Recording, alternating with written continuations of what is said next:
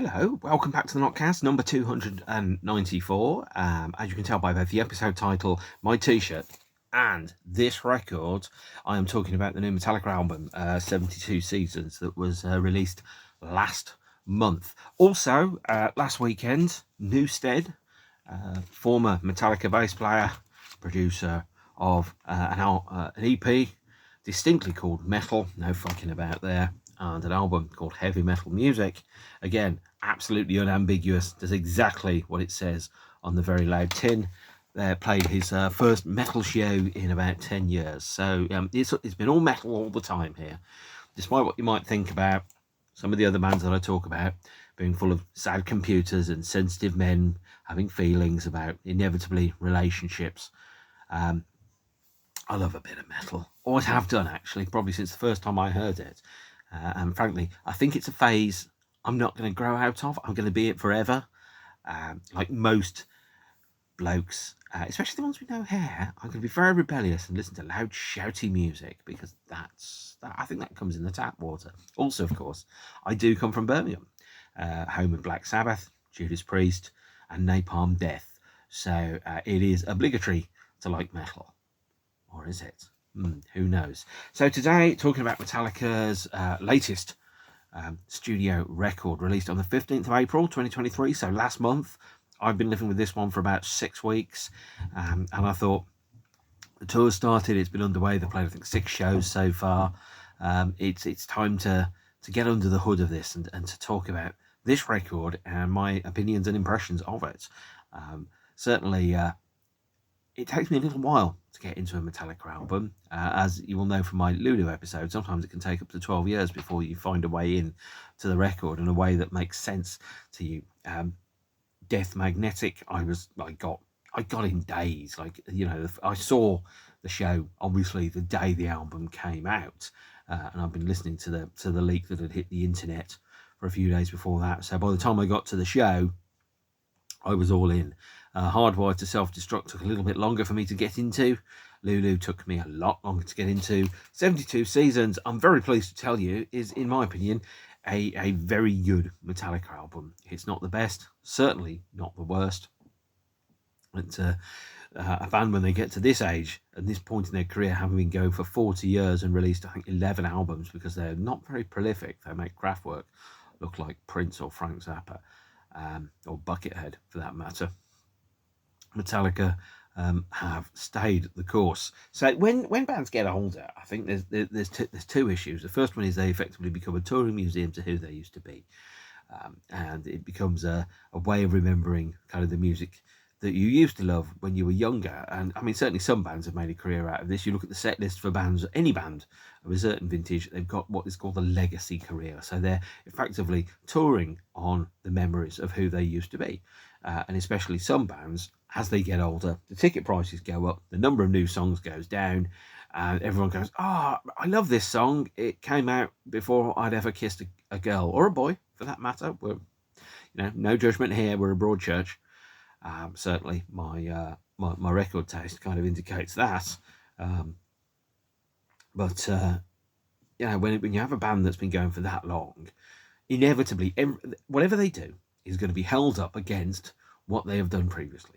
And if you're a 60-year-old metal dude or in a metal band, you're going to be held up against what you were when you were a third of that age, what you were like when you were 20.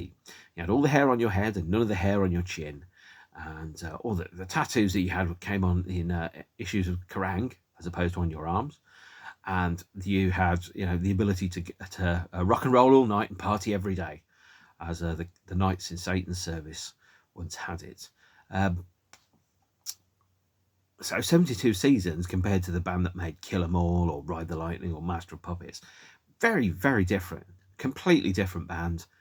They're older, they're wiser, they're clever swine now. And also, you think about when you're playing music on a stage, you have to do it it's very athletic. And so if you're playing a show and it's 2 hours, 2.5 hours, and you're 60, effectively you're an athlete that's being asked to run a marathon every night. Or if you're Metallica, 24 nights a year. Pick up their quote, grueling, unquote, touring schedule later on. Well, it's a demanding physical job. You've got to be at the peak of your physical abilities. You have to be able to exercise and to play for extended periods of time. As you get older, that's harder because there's less that the body can do. So you can't drink so much, you can't take drugs. I mean, you can take drugs, but maybe only paracetamol and ibuprofen and Xanax, and whatever antidepressant of your choice is the one that works for you. You can't do is take a load of class A's and just keep going through and powering through, and then get up the next morning feeling like Billy Idol himself, and just keep going. So it's a difficult thing, really, and I think aging in a band, aging, people talk about when bands age, they kind of, they think of it as a very negative thing. It's like, they become fat prima donnas and they're aging. It's like, well, what's the alternative? You become dead, or you become obscure, or, with all due respect to Anvil, you become like Anvil and you play to 150 people a night when you have time off from your job delivering food for a school, or working as a medical ambulance technician dude, whatever the word is for them, I've forgotten. Sorry, there's only so many words. The average human vocabulary, I think, is meant to be about 11,000 words or something. I cannot always remember that. Sometimes I forget the word for a spoon, and I say, oh, it's a fork with a bowl in it. And someone's like, you mean a spoon, Mark? And I'm like, yeah, I do. I mean a spoon. So, language, eh? Poof. 72 Seasons. Sorry, it's taken me 6 minutes to get to talking about 72 Seasons. Released on the 15th of April, 2023. I think it's Metallica's 11th studio album. 13th, if you include Beyond Magnetic and Lulu. And it is effectively the band in there, very definitely in the third act of their life. I think most lives have 4 acts in them. So there's birth, becoming, being, and bye-bye. And they're very definitely in the being stage. They've arrived at whoever it is that they're going to be. This is Metallica now, and this is who the band is. So they've refined everything. They've chipped away all the bits that don't look like Metallica, and this is who Metallica are. They have arrived at their now fully formed artistic identity. And if you haven't by the age of 60, you're probably not ever going to get there, if that makes sense. And this is an album that I think is probably the best album you could expect from a bunch of 60-year-old rock metal dudes. And you could listen to it and you kind of go, well, at least you didn't turn into, Bon Jovi or Bryan Adams or other bands starting with a B that are equally boring and terrible. And the concept of 72 Seasons, I think, is clearly rooted in therapist speak, if I can be so rude. So the statement, I think, from James Hetfield when the album was announced on the 28th of November 2022 was that the 72 seasons, or if you want to think about it, 18 years, signifies the formative period where we form our true or false selves. And so, the psychologist bill for this album must be insane. I mean, obviously, we've seen, I think, is it Phil Towell, the guy with the terrible, terrible jumpers in Some Kind of Monster, talking to the band about coming to create their album of life and breaking through to report back from the front lines, etc., etc. I quoted it in my episode about Saint Anger, and then I forgot about it because that guy and his terrible jumpers probably didn't help. But, I mean, obviously, the point of an unexamined life isn't very interesting, but there comes a point where actually you over-examine life and you start to look for symbolism and meaning that doesn't necessarily exist. And you kind of go, well, why was I born? Why was it me and not another person at that point? Why was I born in that particular year? And sometimes it's because your mum and dad looked at each other and they went, "Whoa," and that's how things happened. Sometimes it is that simple. And then other times it's, for very different reasons. The idea that everything happens for a reason is a psychologist and kind of like psychological concept that I don't ascribe to. Not everything happens for a reason. Sometimes many things happen purely through chemical chance, as Bill Hicks said it, and then we kind of reverse engineer from that event a meaning and ascribe a meaning to an event that normally didn't necessarily have one. So, for example, I broke my ankle in 2008. Did it happen for a reason? Yes, it happened for a reason, but the reason was very boring and very tedious and utterly mundane. It certainly wasn't anything to do about me having a learning moment and growing from the experience. It completely wasn't. What we do have in this album, and I think that there's a danger where it perhaps goes too far into self-examination to the point where it becomes self-obsession and starts to close itself off from having relevance to anybody else, is a continued study of core beliefs and how those affect our perception of the world today. So as I think Hetfield said, most or much of our adult experience is reenactment or reaction to childhood experiences. Prisoners of childhood are breaking free from the bonds that we carry. Now, that kind of talk, and you'll hear very similar talk when I talk through the Chinese democracy episode, is somebody that's clearly spent a lot of time talking through his experiences in his life and trying to make sense of what on earth it is that has happened to him over the past 60-something years. The idea that being 18 and those experiences that you have form a true or false self I think it's very limiting. It reduces your ability as an adult to grow. It absolves yourself a little bit of responsibility for your own actions. If you understand the causes and the drivers for the actions that you've been taking, if those are selfish actions around, addiction or whatever other reasons, and bearing in mind that James went through a rehab recovery experience in late 2019 and 2020, very definitely that would be something that would be on his mind. But if you then start to ascribe to past experiences the drivers for your behavior, there's an element of self-deceit around that. There's an element of looking at, for example, what's happened to you 20, 30 years ago and saying, that made me do it. And it's like, well, no, you're an adult. What happened to you when you were 17 may have been awful and horrific. But if you're saying that forced you as a 47-year-old or a 57-year-old to behave in a certain way, what you're saying is you've got no willpower and you're looking for excuses. I've been through traumatic stuff. Pretty much everyone that's watching this has been through traumatic stuff at some point. We've been through a bereavement, or we've been through a really bad breakup, or we've been through, and I've been through a number of events that have really been quite damaging. I know that some of my behaviours were very directly driven by a smaller sense of self-regard than perhaps I should have had, or by continual rebuttals to the ego, or perhaps denial when I was poor around things, but then there comes a point where you're an adult and you have to take a step back and go, I'm just making excuses for bad behaviour now. And then you need to be conscious and cognitive of that and go, no, I will not be defined or dictated to by the experiences that I had when I was younger.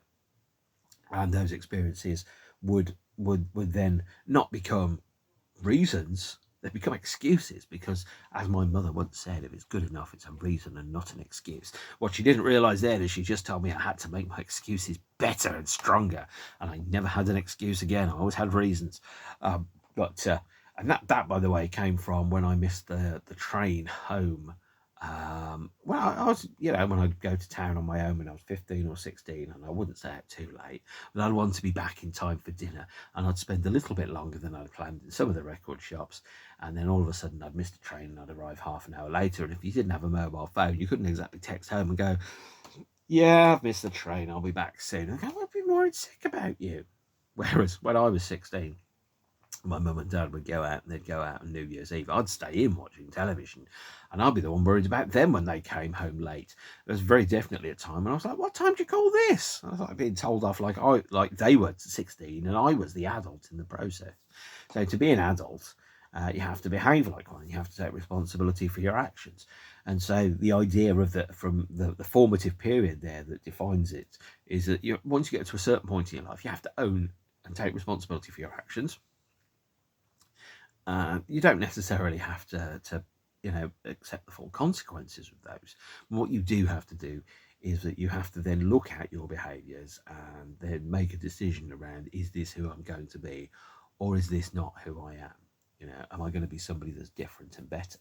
And so 72 seasons, which, by the way, roughly translates to exactly 18 years.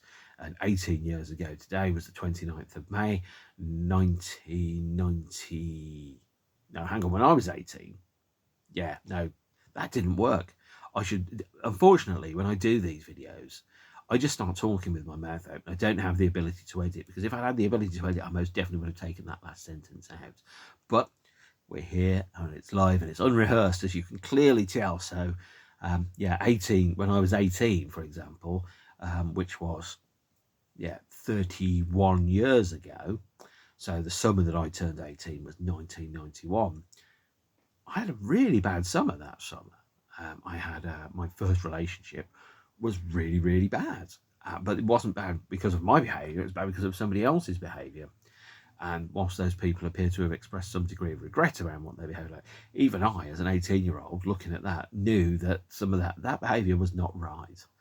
But that was then, this is now. And if I keep going on and going, oh, that's made me do this, it's made me do that, it's made me behave like this, but like, I'm just being irresponsible and looking for things to blame for my own bad behaviour. So when you talk about being prisoners of childhood or breaking free from the bonds that we carry, what you've got to realise is that as an individual, you are responsible for your own decisions. You are responsible for your own actions.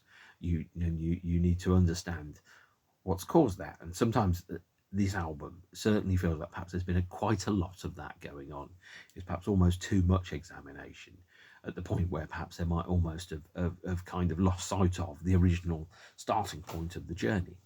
And so it's a 12-song album, I think, 77 minutes, as is always the way with Metallica, double vinyl. The last time Metallica did a single vinyl album was, I think it was Master of Puppets in 1986, which came in at 47 minutes.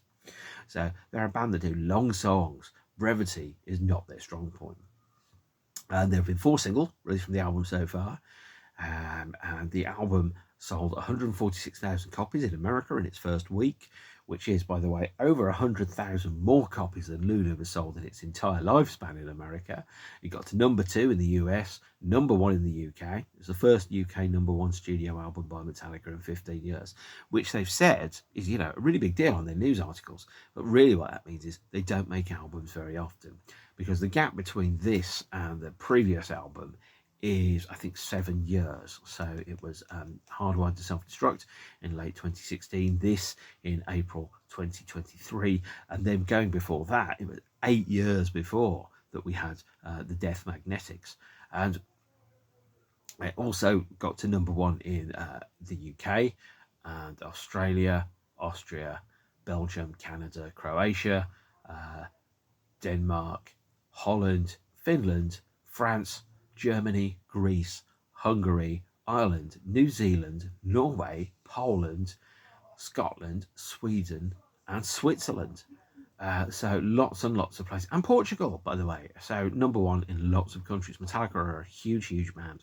Which, when I think about the Metallica that I go into liking in 1988, when they were playing, the Birmingham Odeon, in my mind, it's bonkers that they're that big. But I've got to recognise I don't live in the past anymore, which is why I don't blame, or why I don't think about the 18-year-old version of me being the guy that's responsible for all the things that I'm doing now. And I'm very, very boring now, as you've probably worked out.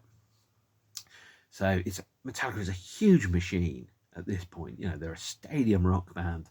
They do huge amounts of touring business, very expensive touring, massive productions.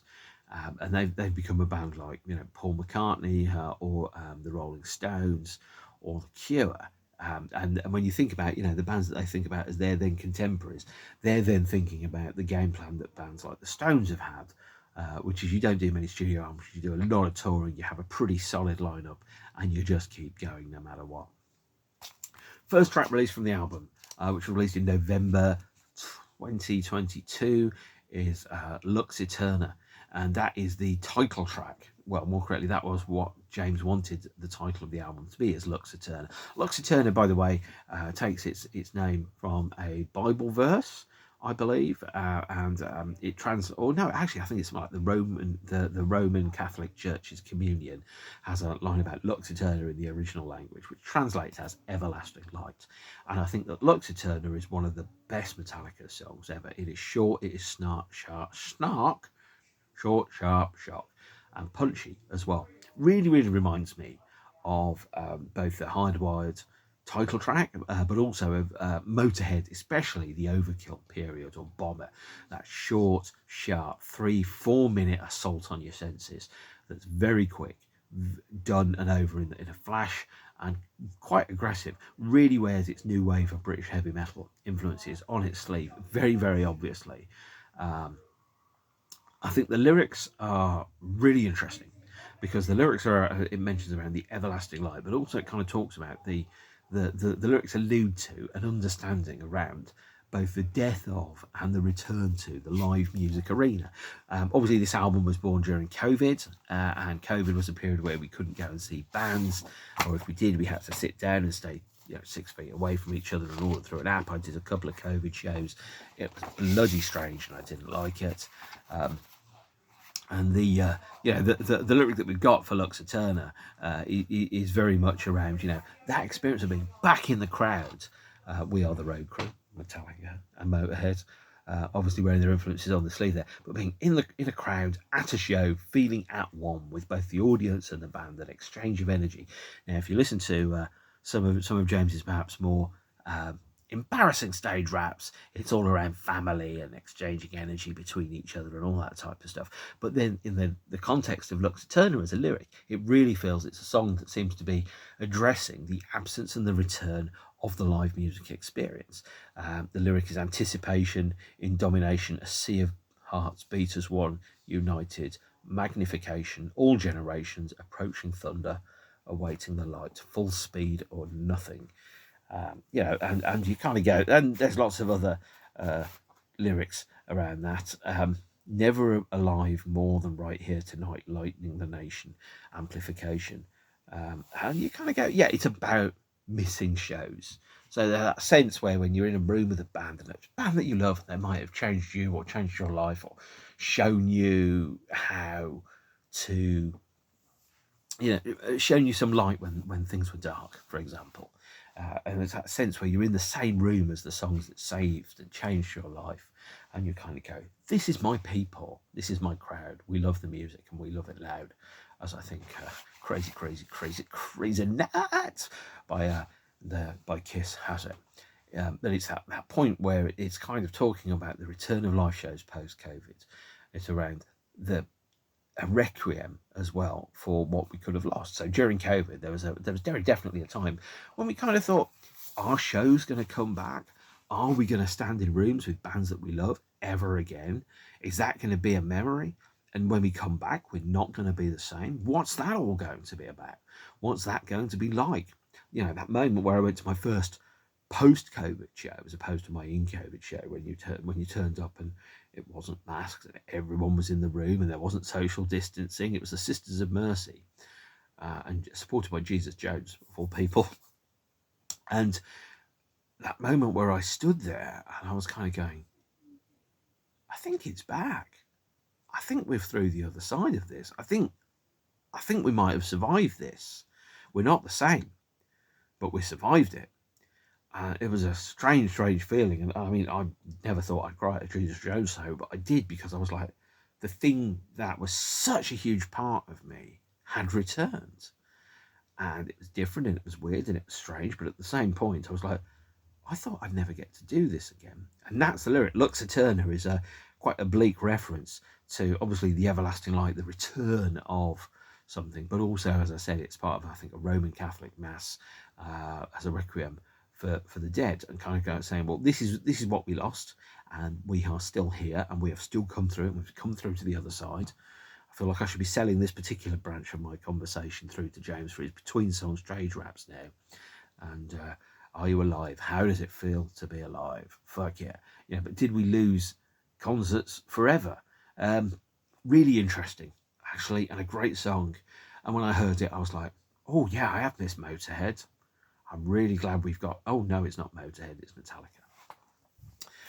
Then we had the second single released from the album, which was Screaming Suicide, which is track 3 on the LP, by the way. Or, just so that you know, I do support Love Music, the CD as well. And Screaming Suicide was released on the 19th of January 2023. So we had the song, which is actually around the taboo of suicide. Now, there's a taboo around suicide, because suicidal ideation is not always particularly easy for people. And if you are anybody on the planet, you have known somebody, whether you still know them or whether you knew this has happened, the odds are that you will have known somebody that has killed themselves. I do, I have, or more correctly, well, I did, because obviously I can't know them anymore. But I've known more than one person that has ended their own life. And I've loved a couple of bands where the singer or a member has ended their own life. I can think of at least 3 right now: Joy Division, Frightened Rabbit, and Hope of the States. So the idea of suicide is, as James quite rightly said, it's a taboo in society. Um, and there's an element of almost like a rock dignitas. I can't believe I said that. Which is the idea around the ultimate act of control and self-control and self-power is to remain or not alive. The ultimate sanction is withdrawal, and so the decision to bring one's life to an end is perhaps the ultimate kind of and most final kind of exercise of power and control, especially if you feel that you don't have any control in your life. The power is to take yourself off the board and resign from the game. And there's a taboo around that. It's not a concept or an idea that's often spoken about. It's not one which many people will experience. The majority of people hopefully will never experience the idea of self-annihilation. There's been a time in my life when I've considered that.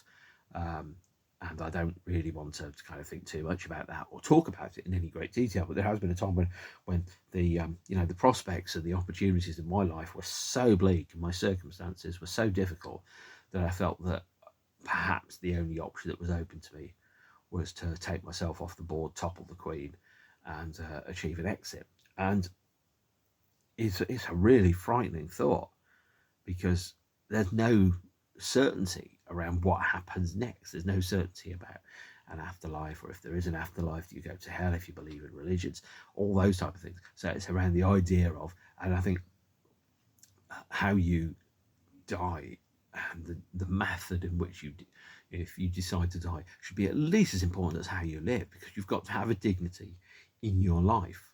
And I've seen people that have had really difficult, awful deaths that have been absolutely torturous for them and everybody else around them. And then you kind of go, actually, if you'd have known, the concept is, the point at which I would have wanted to have killed myself would be the point at which I become unable to do so, because you're then unable to do anything for yourself. There's an idea around, self-destruction, the idea of agency and control, about the ability to have dominion and control over your own decision-making and your own life. But also, is that built in? Is that part of who you are? Is that a path that's already been decided? And there's a discussion, and I think it's kind of touched upon a little bit in the song, around the inflexibility of fate. Are there things that we can't control, and are there things that we can control? And is the thing that we can control actually just the method and the timing?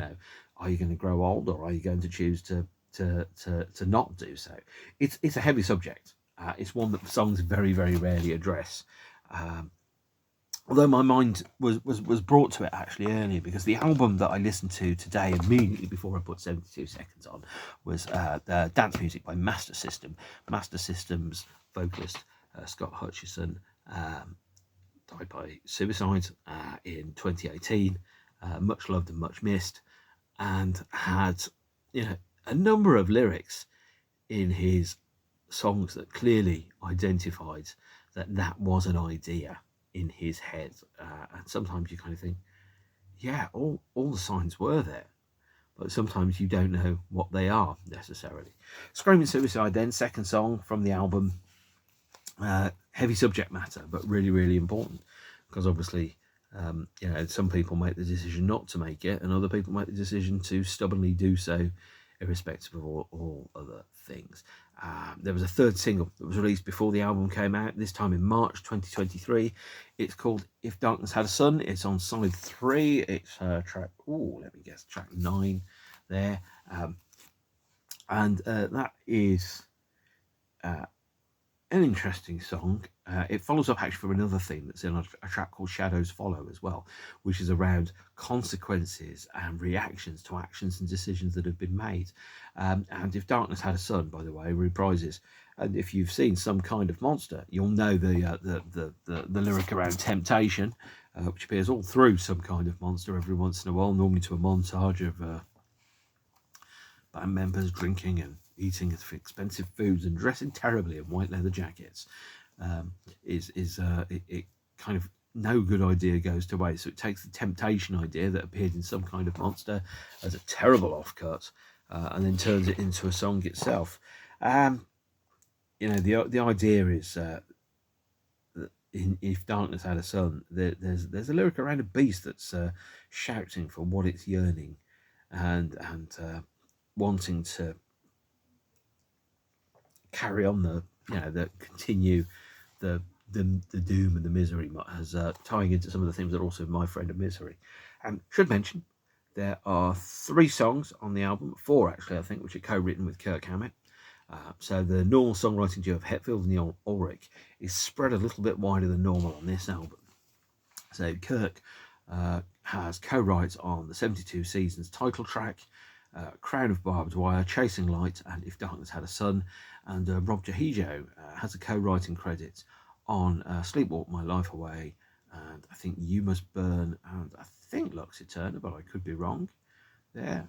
And certainly you can hear that on the bass line to the track Sleepwalk My Life Away, which is one of the best bass lines I've ever heard. And the more I think about it, the more I think of Rob being kind of the Andy Rourke of Metallica, because Andy, God bless him, sorely missed. Listened to a lot of Smiths recently. Had a bass line that danced around the main melodies that were played on the guitars by Johnny Marr, and Rob's managed to find a way of dancing a melody around the guitar riffs that come out from Kirk and James, and it's wonderful. What a great choice for the band.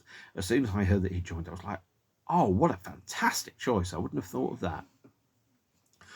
4th single from the album, and the last one to be released today. Although, of course, these days singles don't really get physical releases, do they? They just get serviced to radio and the web at a streaming release before the album comes out. Is the title track itself, 72 Seasons, co-written with Kirk. And you think about some of the songs on the album, and instead of showing you just the record cover, because I've been showing you that for a while, I'm instead going to dig into the inner sleeves. And here is Papa Het himself, and Trusty Rob, and obviously the Kirks and the Lars there. And these photographs are super high contrast, super high grain kind of things. Although, by the way, I also notice every member of the band seems to be sporting some degree of facial hair while being unshaven, which does make you wonder if you're going to either go hard or go home. Basically, when it comes to beards, don't just fuck about with the halfway house here. Go for the form. This is by the way, the Smokey Met Club vinyl members version. So yes, I am a member of the Metallica fan club. This is the exclusive Met Club edition on Smokey vinyl. Woof woof woof. Black is also a colour, of course. I've got the Black Album on black vinyl, which of course is the right colour to have it. And for 72 Seconds, the title track, which was released just as the album came out, I think it has 4 main parts in the song, which is thematically correct. It's designed to reflect the 4 seasons: winter, spring, summer, and autumn. And the lyrics inside the 72 Seasons song, and a lot of the lyrics on the album are like all Metallica lyrics, around agency and control and dominion, around identity, self-identification, and who you're going to be and how you're going to be on any given period in life. It kind of talks about the debate between nature versus nurture, because are you a product of your influences, or are you a product of your own ethics and your experiences and your morality? And around how people process the trauma that they experience. Nobody has an untraumatic childhood in some respects. And for example, if you have parents that are unfit or parents that aren't particularly good, it's fair to say my parents did the best they could with what they had, but what they had wasn't particularly great. And at least one of my parents wasn't a perfect human being. Is that you then think, well, you need a license to drive a car. You don't need a license to become a parent. And kind of go, some people just aren't equipped with the skills and the tools and talent to be able to really bring children up in perhaps the way which children deserve, which is potentially controversial. Hopefully it isn't. And 72 Seasons kind of addresses all of those elements that come with it. And I think all of the members of Metallica are dads now. And part of the lyrics kind of talk about that experience of being responsible for another human or multiple humans. Or if you're Robert De Niro, who had a child recently at the age of 79, about 8 different humans, the idea of well, you've got this, you've got to care and look after somebody else, which perhaps you're not always necessarily particularly good at. It's a good track, 72 Seasons, but as you know, if I'm into singles, I'm into singles because of the non-album tracks that are on there. I'm not into singles because they're just released. I'm not going to buy a single just because it's got loads of album tracks on the B-sides. We've got live tracks, demos, remixes. That's what I'm going to be buying, is the extra music. It's just a music delivery system. And that's why I don't have 17 different colours of vinyl. There are about 6 different coloured vinyl editions of 72 Seasons, of which I have one, and I have the CD, and that is good enough for me. Track 2 on the album, side 1, Shadows Follow. Great song. Really sounds like the middle ground exactly and entirely between the Black LP and Justice for All. There's an element of the lyrics which talks about, I think, the instability of fame and the way in which fame changes the relationship that people have to you. I'm always reminded of the thing that Noel Gallagher said, is, he met somebody and it's like the person said, so what do you do? And Noel was like, you know damn well who I am. I'm the guy from Oasis. You don't need to ask who I am and what I do. You bloody well know. I'm on the newspapers. But then also the idea of if you're somebody famous and you meet somebody, or somebody meets you, that person has a completely different conception about who you are and what your ideas and morality and behaviour and personality are like, and you know nothing about them. And there's an unequal balance of power inside the relationship that exists there, even if it's purely transactional. Hey man, love your work. Oh, you're welcome. Thank you very much. Kind of approach. And there's also something around the insatiability of fame. So there's some lyrics in Shadows Follow where he talks about, never can I stop because they hunt me. Never can I stop because the beast is hungry, like a wolf on the hunt, stalking prey. There's the idea that fame and adulation and money are insatiable monsters and you've got to keep going. Think about the old quote about politics, which is all political careers end in failure. There's also the idea that all fame inevitably ends in failure. It ends in death, or it ends in obscurity. There's no way out of it. No one has yet managed to become immortal. Not even Richard M. Nixon's disembodied head inside a cryo tube on Futurama has managed to survive that. And Shadows Follow also has that concept around nostalgia and history and consequences. Going, as I've said before, Lars's biggest nemesis is the drummer that he was 30 years ago, who was considerably better, in my opinion. There's also the idea about the arc of history, is around the shadows from your history, and the decisions that you've made historically will follow you around forever. We are all kind of not just products of our traumatic childhoods, as James has said, but we're also products of our own history, our own decisions, our own actions. I'm living with the decisions that I made 20, 25 years ago about where I live and who I love, and my health and my bank account and all that type of stuff. And everyone has that, and there comes a point where perhaps you're almost too old to turn back, and you kind of just have to go, well, I guess this is it. I'm just going to have to play the cards that I'm dealt.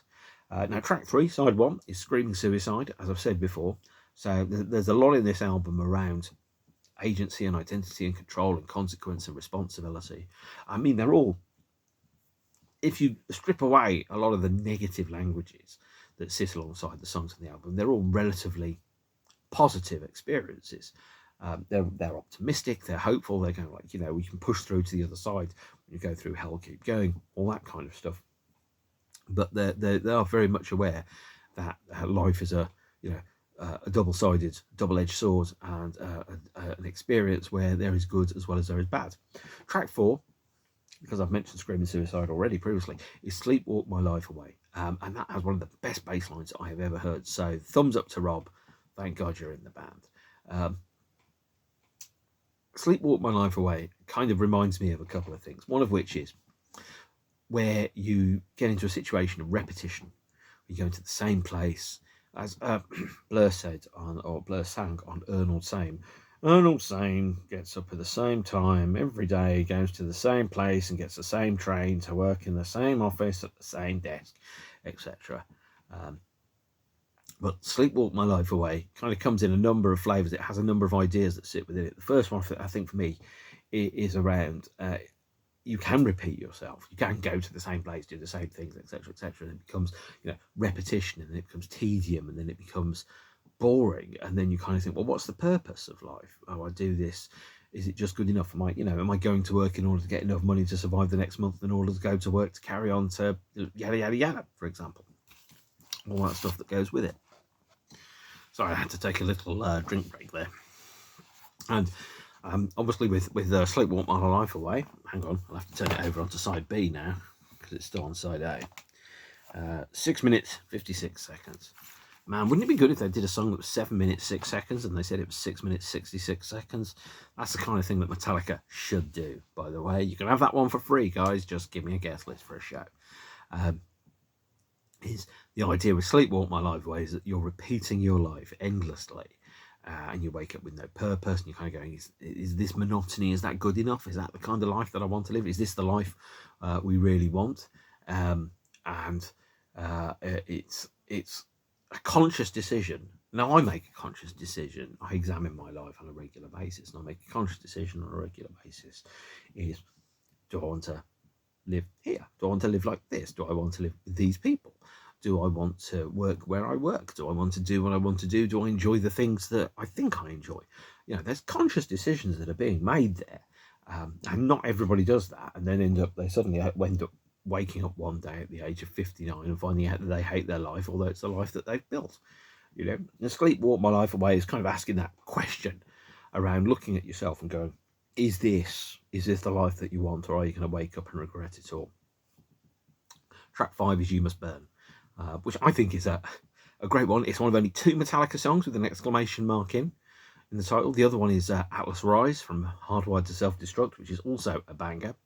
And You Must Burn is, I think, a really interesting lyric, because the idea is around witch hunts and scapegoats and duplicity and double-sided human beings, and around, to me at least, You Must Burn is around constantly looking for a bogeyman to blame for the failures in your own life, the things in your life which you find difficult. And the lyric obviously kind of sits around, you are the witch, you must burn, you must burn. Now, to me, that sounds quite facile as a lyric, but at the same point, it's addressing the nature of transactional scapegoating. Is going, well, if I did this, if I did that, if I got that, if I was able to shoot the people in the little boats, then my life would be better. And it's like, well, actually, the things that you're being monstering others, and you're in a state of moral panic, being taught to demonize things which don't matter. You know, I mean, ultimately, most people in this country, if you ask them what they were really bothered about, it's like, can I pay my gas bill? Can I afford my food? You know, how can I pay my mortgage or my rent, because it's gone up by X% because Liz Truss crashed the economy in September 2022, for example. Those are the kind of questions which you might be talking about. But instead, you look at the newspapers and it's like, well, trans people and immigrants are the source of all our problems, and it's like, they're not stopping me from eating food. Food prices are stopping me from eating food. Energy prices are stopping me from staying warm. Those are the things which I'm worried about. And so to me, You Must Burn kind of drawing allusions to the sense of moral panic, where you're scapegoating things which aren't necessarily the causes for your discomfort.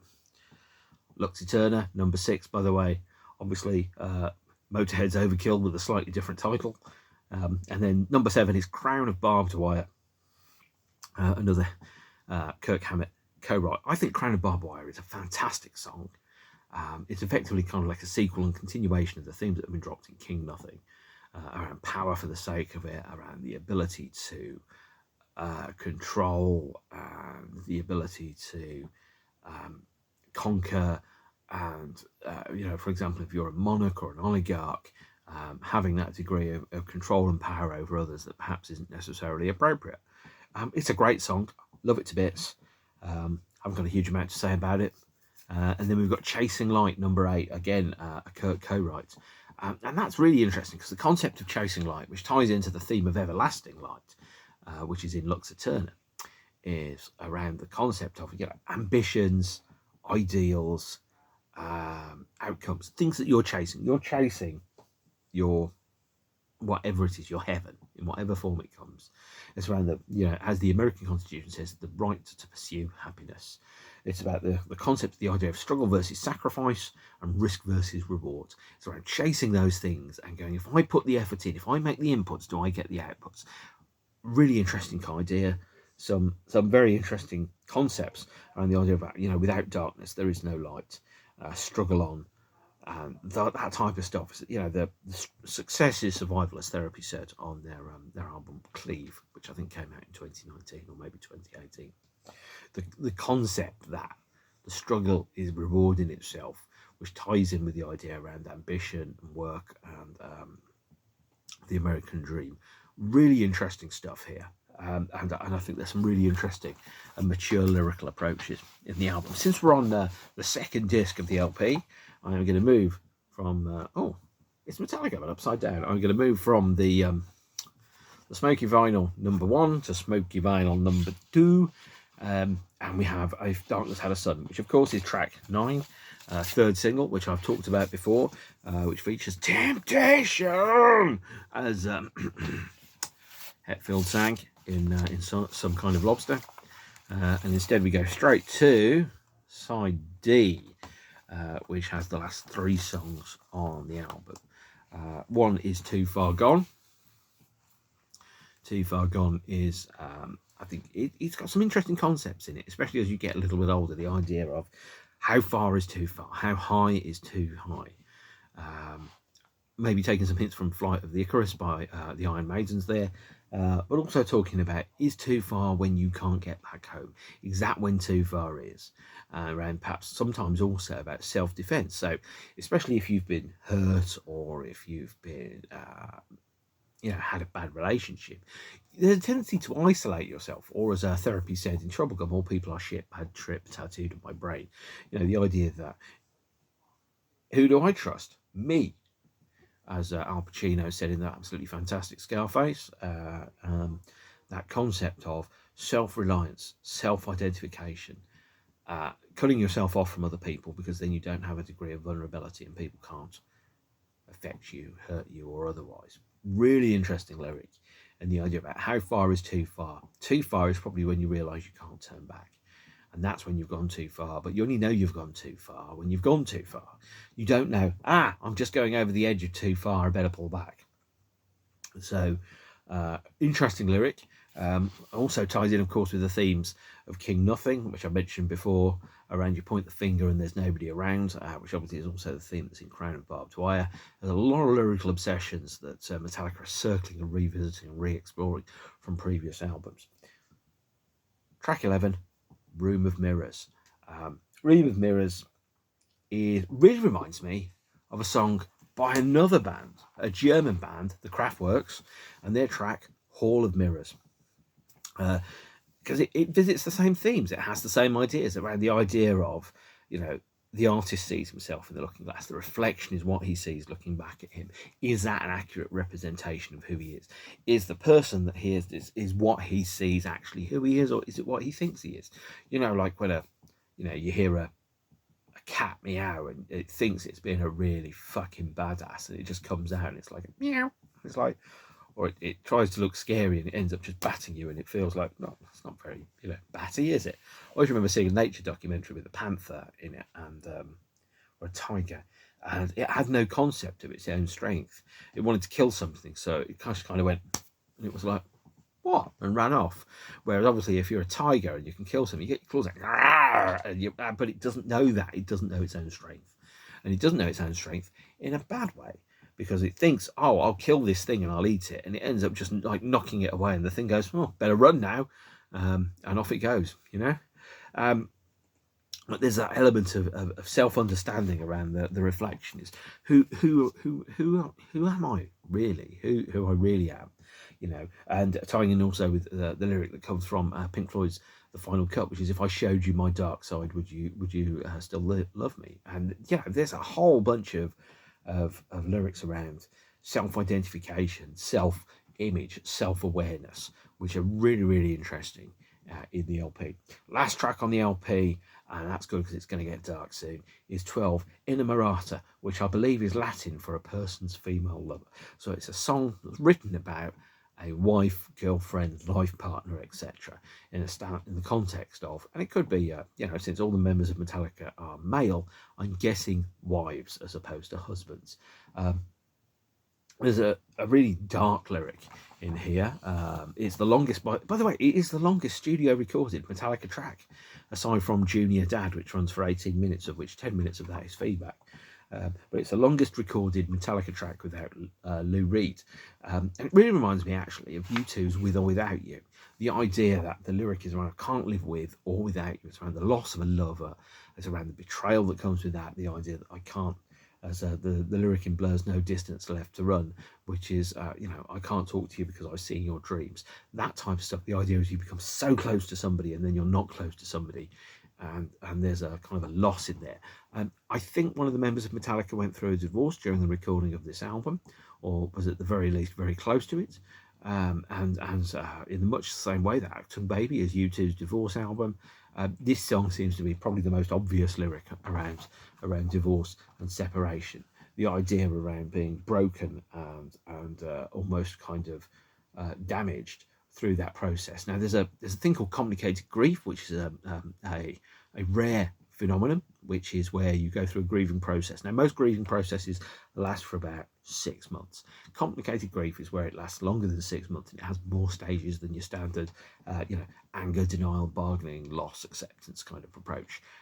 It's very different to that, and this probably is starting to talk about that kind of understanding. Is actually grief is a very different environment to live in. And the lyric is around misery. She loves me, but I need her more. I want her more.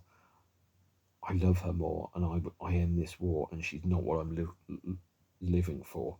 And then there's a line about misery, my misery, which clearly also ties into the track My Friend of Misery, which you may have heard of, also recorded by some band called Metallica, but many, many years ago. It's an exploration of what it is to be part of a couple, and then for them that couple not to exist. And the concept of separation, that because are you going to lose parts of your personality? You're going to lose parts of your identity. Are parts of your life going to be cut off from you as a result of this? Is it going to be a life cut in half, like someone's sliced down exactly halfway through the vegetable, and you can still see all the tendrils and the nerve endings and everything all poking out there? Or how are you going to survive that? It's a really interesting song. It's not easy, but it's fascinating. And that is Metallica's 72 Seasons, which is like many of their albums, but this one perhaps more than many seems to be specifically aimed at understanding and discussing the idea of identity and self isolation and self-agency and control. And it's a really good LP. I absolutely love it. But it's an album that, like many Metallica LPs, takes a long time to get to and a long time to really grasp the nuances that sit within it. So yeah, there you have it. I will add up by saying the band have started their tour, their 72 Seasons tour, where they're going to play 2 nights in every city, and they're going to do no repeats. So 16 song set lists each night, which comes up to 2 hours.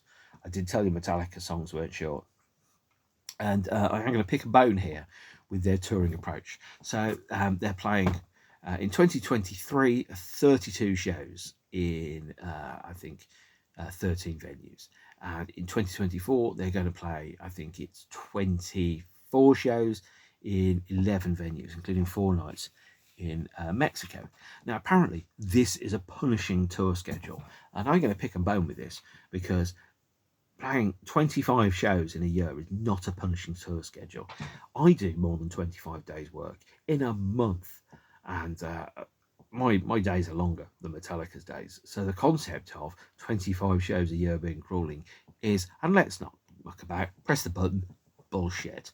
The ticket prices are huge. The shows are actually some of the shortest Metallica shows that they've played for a long period of time. They're about 2 hours, hence why they have 2 support bands on with them. The only thing that's good about it is that they're not repeating any of the songs from night 1 and night 2, which means that you get 2 completely different set lists. And if you see them 2 nights in a row, you get to see about 34 songs. But it doesn't mean the tickets are any cheaper. They're still at least £100 to get in. And it doesn't mean that the band are playing more shows, because they're absolutely not. Now, if you think about 1992's Black Album, where they toured something like 189 shows in a year, that is grueling. Playing a tenth of that, not grueling, guys, okay? Absolutely not grueling, especially considering the shows that they're playing tend to be Fridays and Sundays with the weeks off. So they've got like 4 or 5 days off where they're not playing a show, and then they're playing one show, then a day off, then they're playing another show. It's not grueling, full stop, end of story, no discussion. This is not a grueling tour, okay?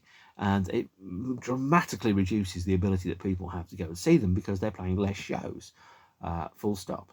and there are big gaps. So, you know, the longest period of time where they're actually touring together is 5 weekends in a row, where they play 10 shows over a series of about 35 days.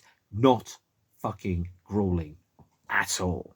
So I'm not buying it, and I'm probably not going to see Metallica, actually. I think I've seen Metallica for the last time in my life. I had a sense when I saw them at Twickenham in 2019, I just had a sense that that was probably the last Metallica gig that I was going to get to see. And I still stand by that. I think that's exactly still the case. So it's got dark while I've been talking. I've been talking for 55 whole Earth minutes. And that is Metallica's 72 Seasons, the most recent studio album, which came out last month. Really like it. Like all Metallica albums, it takes a while to come to you. The only thing I haven't mentioned, and I should mention it, two things. Firstly, I Am the Table. And secondly, the colour scheme for this album, yellow and black. Very, very deliberate. The yellow and black colour scheme is, I think, both representation of what's recognised to be the high contrast identified colours that we have for human eyes, but also think about the colours of a wasp, a dangerous animal. So it's deliberately chosen to represent a dangerous animal. The idea of those concepts that the band are talking about can actually be dangerous to you. And that is where we go. So that's where I'm going to wrap up. In the great words of the late, great Jerry Springer, take care of yourselves and each other. And the words of the Manics, stay beautiful. And I will see you all again soon. Next time, I'll do it at a different time of day. And I might have the light on. It's got dark. And of course, without darkness, there can be no light. As they sang on If Darkness Had a Sun. Thank you very much. And see you all soon. Bye.